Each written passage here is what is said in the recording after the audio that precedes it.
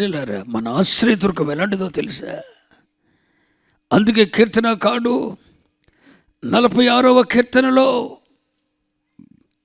46వ కీర్తన 1 నుండి 4 వచనాలు చూస్తే అక్కడ ఒక మాట రాయబడి ఉంటుంది. దేవుడు మనకు ఆశ్రయమును దుర్గమునై ఉన్నాడు. మన దేవుడు మనకు ఆశ్రయమును దుర్గమునై ఉన్నాడు, మన దాగు స్థలమై ఉన్నాడు. అన్ని వేళలా అన్ని పరిస్థితుల్లో ఆయన మనకు ఆశ్రయమును దుర్గమునై ఉన్నాడు, దాగు స్థలమునై ఉన్నాడు. ఆపత్కాలములో కనుక ఆపత్కాలములో ఆయన మనకు నమ్ముకొనదగిన సహాయకుడు. ఆశ్రయదుర్గం మాత్రమే కాదండి, ఆయన్ని గుడ్డిగా నమ్మేసుకోవచ్చు. హల్లెలూయా. ఆయనను గుడ్డిగా నమ్మేసుకోవచ్చు.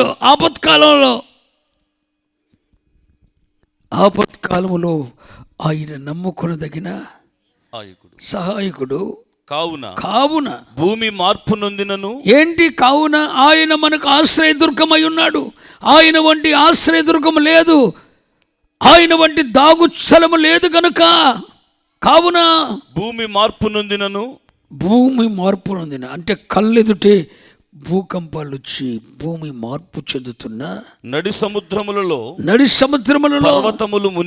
పర్వతములు మునిగినను అంటే సముద్రాలలో సునామీలు వచ్చిన నా కళ్ళ ముందు అదుగో భూమి బద్దలై భూమి మార్పు చెందుతున్న, భూకంపాలు కలిగి భూమి మార్పు చెందుతున్న నా కళ్ళెదుటే సముద్రములో ఉన్న పర్వతములు మునిగిపోతున్నా, నడి సముద్రంలో పర్వతాలు మునిగిపోయే సునామీలు వచ్చిన వాటి జలములు ఘోషించుచు నురుగు కట్టినను. ఆ పొంగునకు పర్వతములు కదిలినను. ఆ పొంగునకు వచ్చిన పరిస్థితులకు రాజ్యాలే, పర్వతములు అంటే రాజ్యములే కదిలిపోయిన మనము భయపడము. స్తోత్రం చెప్పండి. హల్లెలూయా. ఇలాంటి వాటికి మనం భయపడేదేమీ లేదు. మన కళ్ళెదుటే భూమి మార్పు చెందిన అంటే భూమి ఎప్పుడు మార్పు చెందుద్ది? పెద్ద భూకంపం వస్తే. కళ్ళెదుటే భూకంపాలు కలిగిన, కళ్ళెదుటే సునామీలు వచ్చి నడి సముద్రంలో రాజ్యాలని ముంచివేస్తున్న ఆ పరిస్థితులన్నీ మనం కళ్ళతో చూస్తున్నా నేను భయపడను అన్నాడు కీర్తనకారుడు.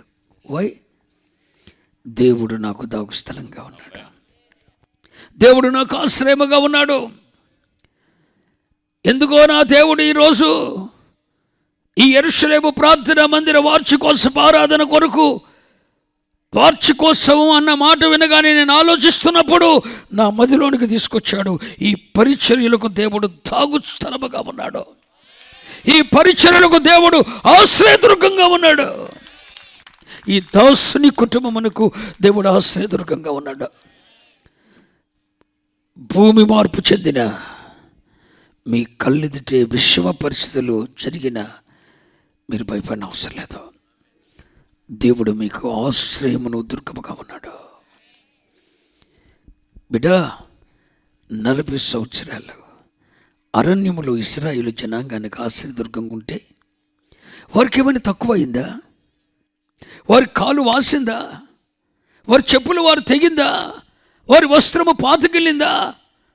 ఆ 40 సంవత్సరాలు ఇశ్రాయేలు ప్రజలకు అరణ్య మార్గంలో ఆయన ఆశ్రయదుర్గముగా ఉండి అన్ని తానైపోయాడు.